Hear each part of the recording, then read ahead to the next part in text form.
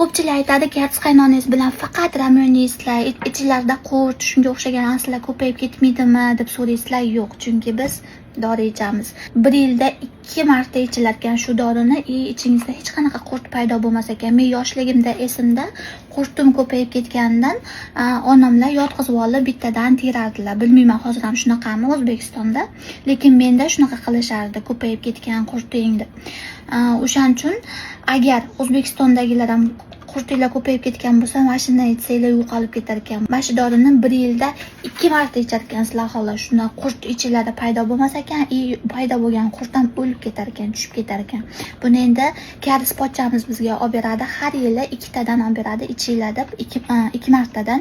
Shunga hozir qaynonam bilan birga ichamiz. Ichida bitta bor ekan xolos. Bismillah.